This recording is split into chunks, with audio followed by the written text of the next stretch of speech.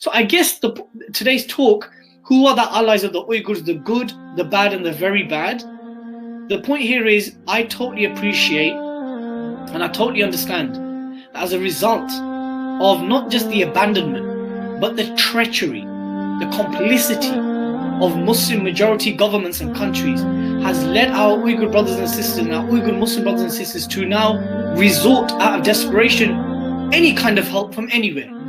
And I said to one brother, Arslan, that we can sit on our armchair like this and criticize the Uyghurs. If my mother and my father was put in a concentration camp, if my sister was given sterilization pills, if my brother's organs were harvested, if my children and my nephews and nieces, I have 15 nieces and nephews, if they were put into state orphanages, I will probably seek help from anywhere and everywhere, especially if my own have abandoned me. But I want the Uyghur brothers and sisters to know that whilst Muslim governments and rulers may have abandoned you, wallahi, millions within the Ummah have not abandoned you.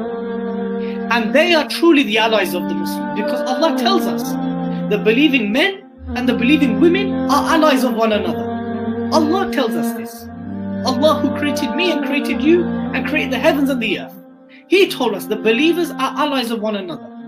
So whether the Ummah has access to military or diplomats, we don't. But the point is, the real voice and the voice of real change is within the Muslim Ummah. Because it is the Muslim Ummah who feels. It's the Muslim Ummah who feels hurt and sorrow and gives charity out of like a bare minimum. All I can do is dua and charity. But subhanAllah, this is more than what many others would sincerely do and have been doing and will just sporadically do it. So I guess this is just a conversation that we need to be had.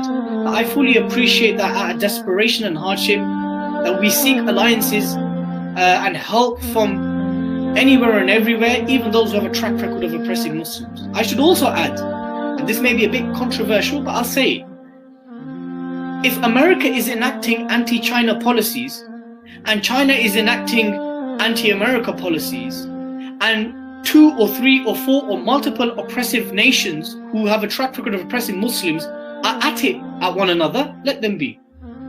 So what?